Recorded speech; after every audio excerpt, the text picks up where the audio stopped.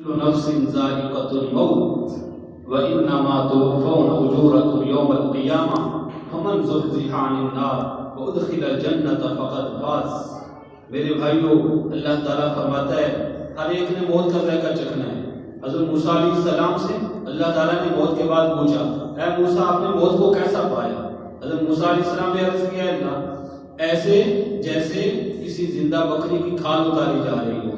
دوسری حدیث پاک میں آتا ہے کہ میں ایسے دیکھ رہا تھا جیسے کسی پرندے کو آگ کے اوپر کسی برتن میں بند کر کے آگ کے اوپر رکھ دیا جائے، نہ اس کی جان نکلے اور نہ وہ اڑ سکے۔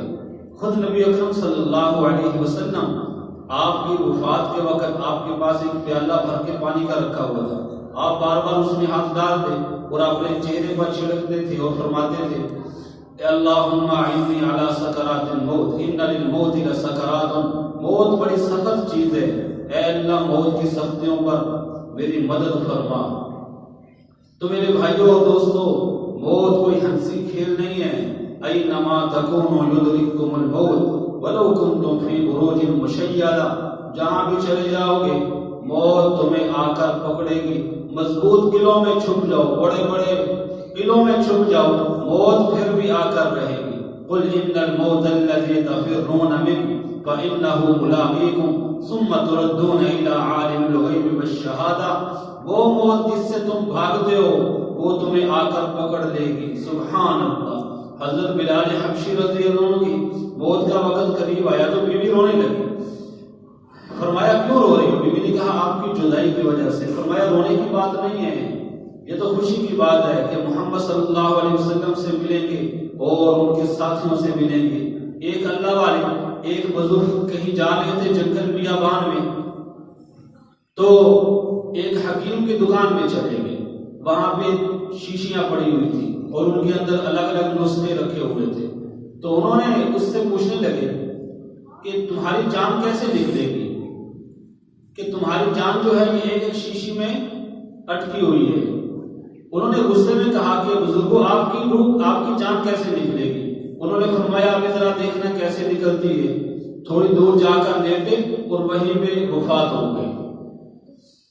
ایک اللہ والے، ان کی موت کا وقت قریب آیا تو لوگوں نے کہا لا الہ الا اللہ، اور وہ ہنسنے لگے۔ انہوں نے فرمایا میں اس سبق کو کبھی بھولا ہی نہیں جو تم مجھے یاد کرا رہے ہو، مجھے تو اس وقت یاد کراؤ جب میں اس کو کبھی بھولا ہوں۔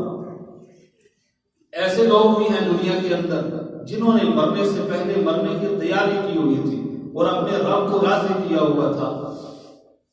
پہلے جو موت کا فرشتہ ہے یہ آدمی کے سامنے آ کے بیٹھ جاتا تھا اور آدمی کی شکل میں، لیکن موسیٰ علیہ السلام کے سامنے ایسے ہی آیا۔ موسیٰ علیہ السلام اللہ کے بڑے جلالی نبی تھے، بڑے غصے والے تھے۔ حضرت موسیٰ علیہ السلام نے اس کو منہ پہ زور سے تھپڑ مارا، اس کی ایک آنکھ ضائع ہو گئی۔ اسرائیل ملک الموت اللہ کے پاس واپس گئے، عرض کیا اللہ وہ آپ کے ہاں بڑی عزت والے ہیں، اگر ایسا نہ ہوتا تو میں بدلہ لیتا، برابر ان کے مارتا۔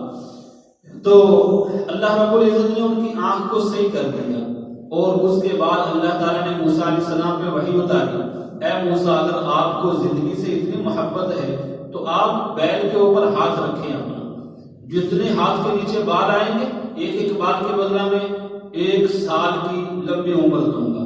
حضرت موسیٰ علیہ السلام نے عرض کیا یا اللہ پھر کیا ہوگا؟ اللہ تعالیٰ نے فرمایا پھر موت ہے۔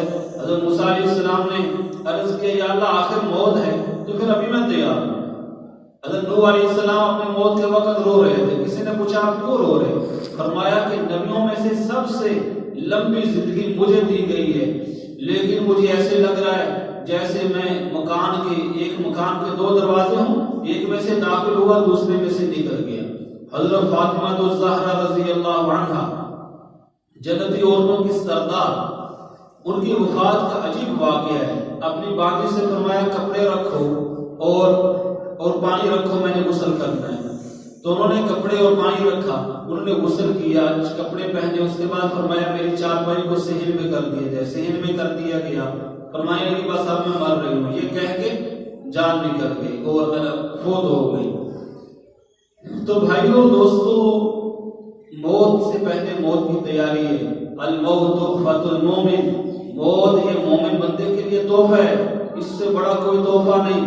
اور جب نیک بندہ مرتا ہے نیک بندہ مرتا ہے تو آسمان کے دروازے روتے ہیں، زمین